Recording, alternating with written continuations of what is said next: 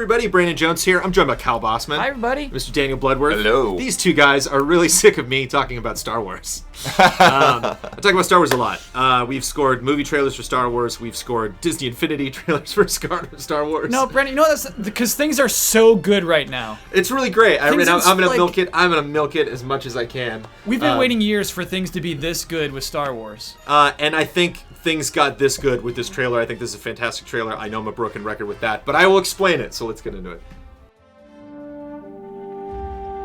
It is unavoidable. We will witness the destruction of the Alliance and the end of this insignificant rebellion. This is called the launch trailer, y'all. This is the launch trailer for Star Wars Battlefront. It's like 3-4 weeks early. Yeah, at least three. There's all sorts of stuff going on in this trailer. The one thing, you've heard me say this before that like not a huge fan of is that we do revisit some stuff. We revisit some modes. We see a lot of Hoth. I don't know if that was the biggest play because that was clearly what people played like a ton of. And just to be like, remember Hoth? You're like, yes, I want to see some new planets. I want to see some new stuff. But we do see some new stuff. We see three things I think this trailer does very well. Not a lot of new modes and weapons and just generally gameplay functionality. Like it is a lot of stuff that we've seen. We've seen speeder bikes go. We've seen AT-ATs and AT-STs. Get some new aliens, which is fun. They just kind of throw in there. I mean, not new aliens, in the Star Wars universe, but we were just boring humans when we were playing the beta. So I like that they didn't really focus on that. We don't see a character creation screen. They just kind of throw some aliens in there, and it's they definitely did stand out for me. The new characters are great. We see Leia for the first time. We see Boba Fett, who was just teased before. We hear him. We kind of get an idea of what map he's going to be on. We see Luke again, and we get some Emperor kicking ass. He starts off the trailer by talking, and we see him. A little bit of a gameplay tease at the end. And there are some really great transitions in this that are actually could have been very stylized but are not. They are actually just straight gameplay cuts. And while the camera is obviously set up in a very specific way, like it might be a gameplay session or it might be something canned, I do like that it's just as simple as going from an explosion of one ATST to the explosion of another ATST, and then boom, you're right into another world. And I think it does a great job of really capturing the scale and the anarchy of Battlefront. I think that's one of my favorite things I took away from the beta is just how nuts everything was. That I could like jump into a game and have a TIE fighter just land on me, and then I wasn't really frustrated. I just kind of enjoyed it, no matter what. If I just turned the corner and there was Vader and he threw a lightsaber at me and I'm dead. There's nothing I can do. And music, which I can maybe get into later. You should probably talk, Kyle. Kyle, get your hood up like a Jedi. Yeah, I do. Gosh, the music. Every Star Wars trailer gets Star Wars points because of the music and everything. Here's what my takeaways from this trailer in particular are.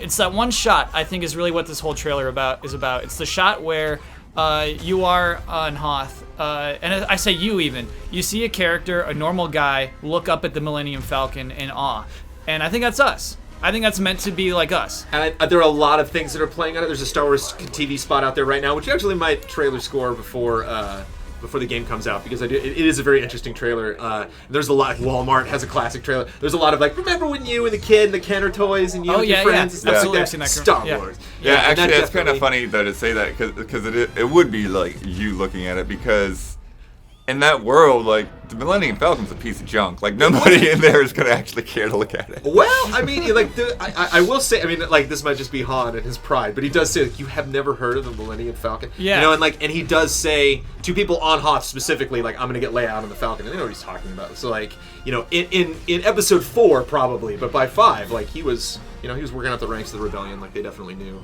that ship, and so I think it's. I think there's a lot of things going on there. First and foremost, I think that shot's a little cheesy, actually. Really? Looking up. Only because it is the launch trailer. Like, if this was the introduction to Battlefront, if this was, like, the first time I had seen gameplay, and you kind of want to remind me, like, yeah, the Falcon's going to be there. It's like, I've seen the Falcon flying, so the Falcon just chilling in the Hoth base, doesn't really do a lot for me. But the only thing that I can get from that, if I really want to get into, like, geeky lore stuff, is that, like, if the Empire does take the Hoth base, they will take the Falcon. They'll probably destroy it. And so, like, that's him maybe thinking that there are these stakes, that, like, I don't, the Falcon's here, man. We can't let him take the base. The Falcon's in it. But yeah, they are playing on a huge. Like, I got the Lego Millennium Falcon sitting right on my desk, right next to where I'm watching this trailer. As far as criticisms go, I don't know how impactful the Palpatine reveal is. We see Luke brush some stormtroopers away, and then Palpatine's there and shoots some lightning at him. It doesn't have the same impact, certainly, as that first trailer did when we first saw Darth Vader or something like that, those reveals. Well, Luke also does the same thing. He rushes Right. the enemy with the lightsaber, slashes at it, and that goes to title. So you're like, Yeah. I've already seen him do that. Yeah. He also, I think they like copied the same shot. They like cut to a different angle, and you see him do a little like wonk like while he's in midair, and that just kind of like kills the momentum for me. I don't think you need that shot. Sure. It'd be just make that quick at the end there, because if you're gonna show me Palpatine kicking ass, great. Show me Palpatine. If you're gonna cut away, great. But don't hold on the, don't make the cutaway really long. I do also like that the trailer starts with soldiers. You hear these generals talking to their soldiers. You hear the Emperor talking to the Empire. We're going to crush this rebellion. Yeah. You hear Akbar talking to the troops. It's like, I know we in between rock and a hard place, but we gotta win this fight. And so it does capture that sense that like you are not. I mean, you can be Luke if you get lucky, but really most of the time you're just going to be this this cog in this giant wheel of this intergalactic war. And I like that even at launch, even right before the game comes out, they're still focusing on that. Yeah, I think, the transitions are definitely one of the highlights on this, for sure. I feel it's weird because, like Battlefront is obviously not, a super story heavy or anything like that, but the tone is so weird. Like when I do see those characters I recognize, I just feel like here's some dude cosplaying as Vader or something. Like the way that they come in and they move and like Boba Fett's little line about not gonna let that happen. Yeah, It's this weird, it's this irreverent sense that just, I don't know if it quite works for me. It's a little funny, but man, it's like showing off the lighting and everything in all of these different environments. Definitely, I mean, that's definitely a win to show off all the hard work that they put in on that front. It might not seem very impactful to just play the main Star Wars theme and just have a huge gameplay montage to it.